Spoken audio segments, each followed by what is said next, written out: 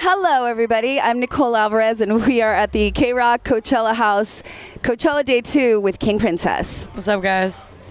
You know, when I'm really glad that you're here. I've wanted to talk to you for a really long time.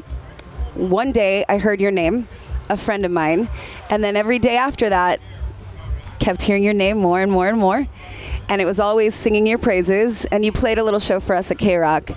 And the first thing that caught my attention, besides your music, was you seemed so savvy and self-aware.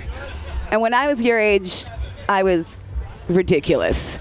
So I want to know a little bit about your upbringing, because I know that you grew up not really in the business, but around it. So Adjacent. Adjacent, yeah. So I want to know about growing up in Brooklyn and what your dad did. So my dad, I grew up in a recording studio. My dad is an engineer, and so I had the great luxury of seeing what the fuck goes down in a recording studio, you know, from a very young age, which is like, you know, cigarettes and booze and foul language. Songs and foul language. And it was amazing because it seasoned me for a job that is really hard to prepare for. So do you feel like you were a regular kid while other kids were off playing? You were in the studio. Did that I did both. Yeah, you did both? I did both, okay. Because I still love to smoke weed. You know what I mean? So it was like that part of me never left, I think. I love hanging out with my friends. I never compromised my childhood, and I was really lucky. Or your rites of passage, I guess. My rites of passage. Yeah. I had my rites of passage for sure, but I definitely was exposed to more shit than I would have been exposed to. So pretty early on, you're hanging around the studio. Did you get bit by the bug? Is that a world that you wanted to stay in? I don't think I ever had like a moment where I wasn't like, I'm a singer. So I was a little bitch. I was like, I'm a singer, girl. This is what I mean by self-aware. This is what caught my attention the very first time. I wanted to be a star. So you got offered a record deal when you were 11. How did you have the presence of mind to say no when most people would be like, hell yeah? Well, it wasn't really a record deal. Okay. It was a job that would have been with Virgin Records.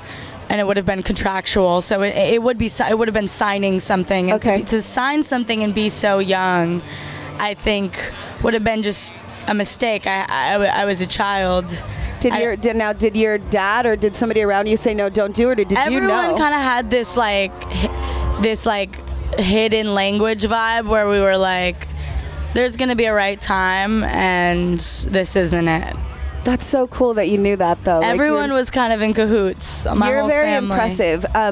So then when did the ride really start? Because I know when 1950 dropped is when everybody finally knew the name King Princess.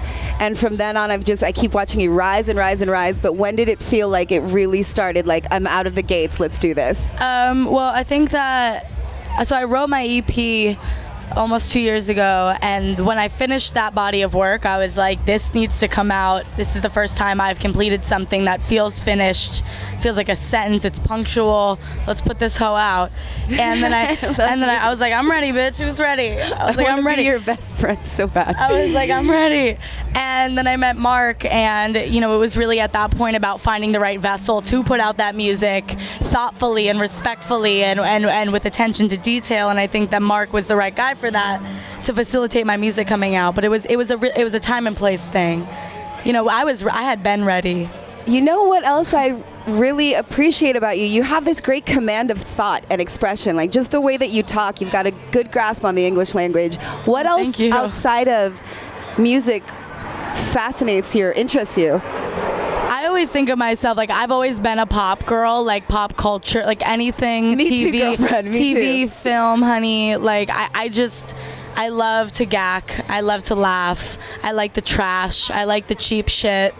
I don't know. I really try to appreciate. I think when people get too serious about artistry, you start to lose the things that are funny, the things that amuse us, and I like to be amused. And the same goes for life. You start taking it too seriously, and you're gonna die. Like, you need to laugh. You're gonna die. Yeah, I can't. You need to laugh. I'm not done yet. I can't die yet. Talk to me about Coachella. So you played Lollapalooza. What other huge festivals? Is it? I played like none yet, girl. It's like Did you my play first. Lolla? I'm going to, but As my first festival this is season. it? This was the first. Coachella's the biggest festival I've ever played, honey. It was yesterday. Holy moly. I'm losing my damn mind. What's up? What's up, guys? So how was it? Wait, what was your, like, as soon as you walked on stage and you looked out into the crowd, what were you thinking? Oh shit. That's exactly what I'd be I was thinking. like, I'm still high. No, I was like, this is game time. We're gonna play this damn show. I'm gay as hell. I'm occupying this fucking Coachella. I don't give a shit. That's how I felt. I felt amazing. My band was rocking. All the Everybody was gays happy. turned up, honey. It was great. I see you. Your ass was there.